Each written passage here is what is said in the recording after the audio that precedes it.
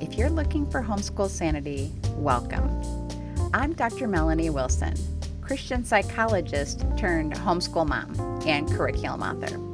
But I was once so disorganized, I thought I had to quit homeschooling and stop having kids. Now, by the grace of God, I have 6 homeschool graduates. Whether we're discussing parenting, productivity, or practical tips, I pray that this episode is just what you need for happy, healthy homeschooling. Hey homeschoolers, do you have a strong-willed child? If so, you're blessed. Strong-willed kids are world changers. You have the opportunity to raise a leader, but you're also tired. It's exhausting to homeschool strong-willed kids. I know. I've raised 3 of them. In this episode, I want to share 3 keys to saving your sanity while homeschooling 1 or more strong-willed kids. But first, I'd like to thank my sponsor, the Route 60 movie. Support is from TBN. Weaving its way through the heart of the Holy Land is a well-worn path that once felt the footsteps of Abraham, Isaac, Jacob, King David, and Jesus. Host David Friedland and Mike Pompeo take a sacred journey of hope along Route 60, the biblical highway. Experience the land of the Bible as you've never seen it. In theaters September 18th and 19th. Route 60, the biblical highway. Information at route60.movie. That's route60.movie. Now, what is the first step back to sanity with a strong-willed child? The first is to limit opportunities to rebel. These kids feel compelled to rebel, especially when there is no good reason for a rule. They will ask you why there's a rule, and they will know immediately when you haven't thought it through. They can smell it like blood in the water.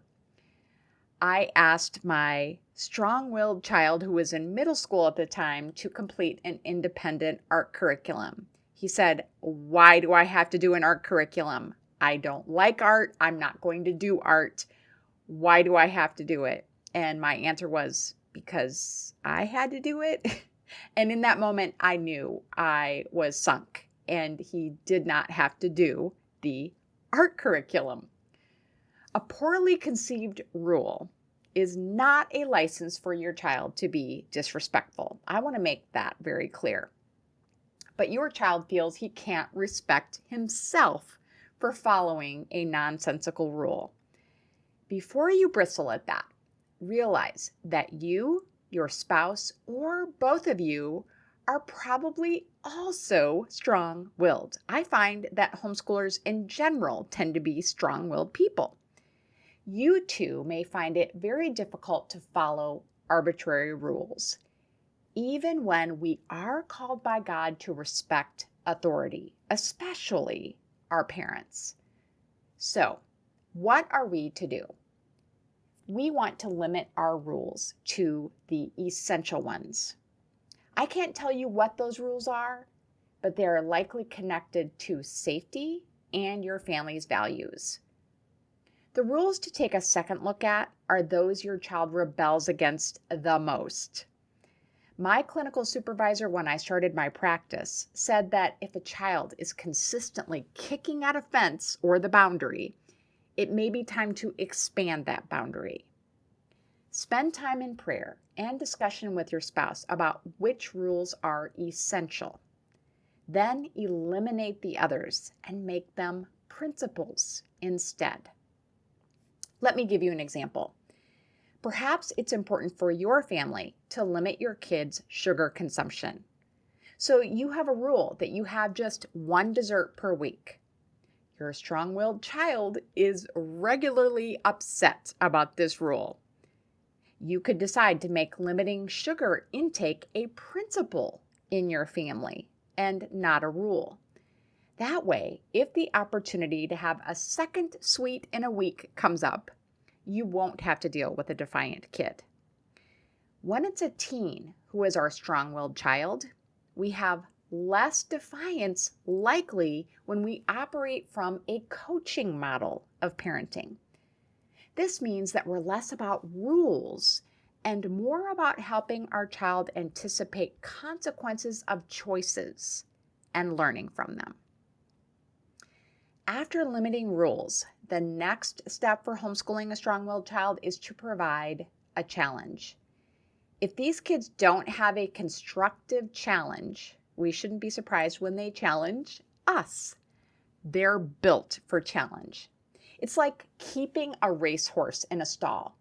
He will be restless and aggressive. There are 3 easy ways to challenge our kids. The first is to allow them to compete.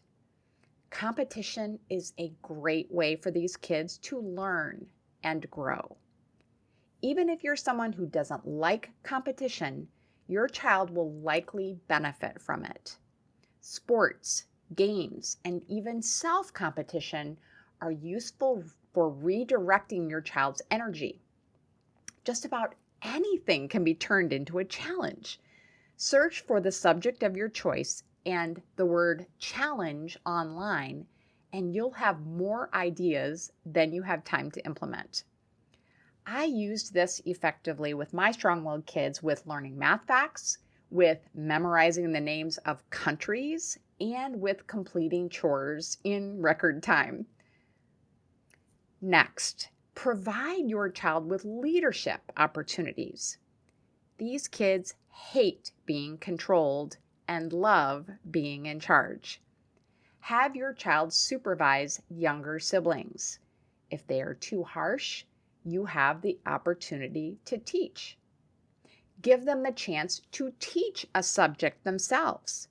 Many strong-willed kids love this, whether it's at home or as part of a co-op.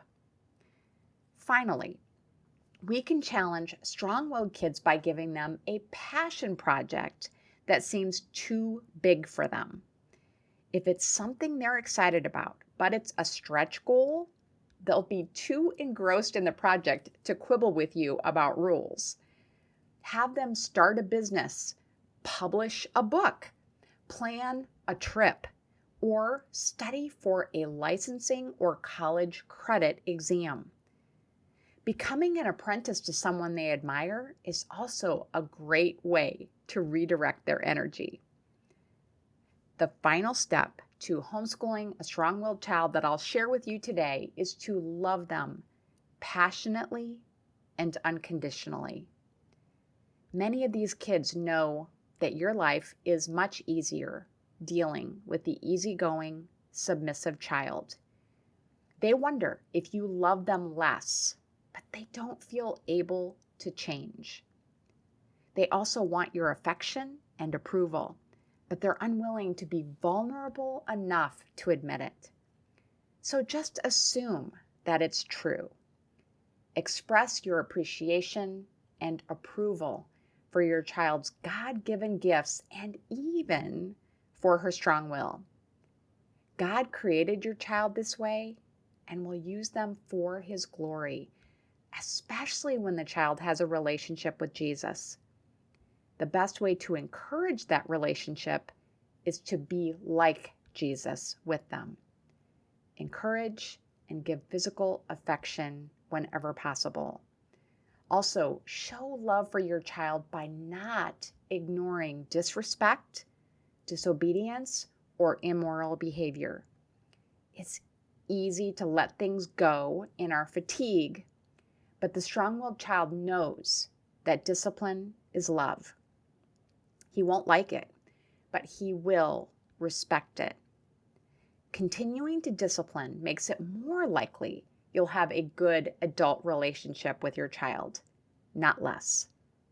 When we limit rules, provide a challenge, and consistently express love for our child, we will have the best chance of having a happy, strong-willed homeschooler. To find the link to my sponsor for this episode, the Route 60 movie, and the show notes, go to homeschoolsanity.com/strongwill. Have a happy homeschool week. Thanks so much for listening to the podcast. I hope something you heard was encouraging. If you have a personal question to follow up, don't hesitate to message me. I'm at Homeschool Sanity on social media. Be sure to check my free resource page at homeschoolsanity.com/resource and find sanity-saving curriculum at funtolearnbooks.com. This has been a production of the Ultimate Homeschool Radio Network.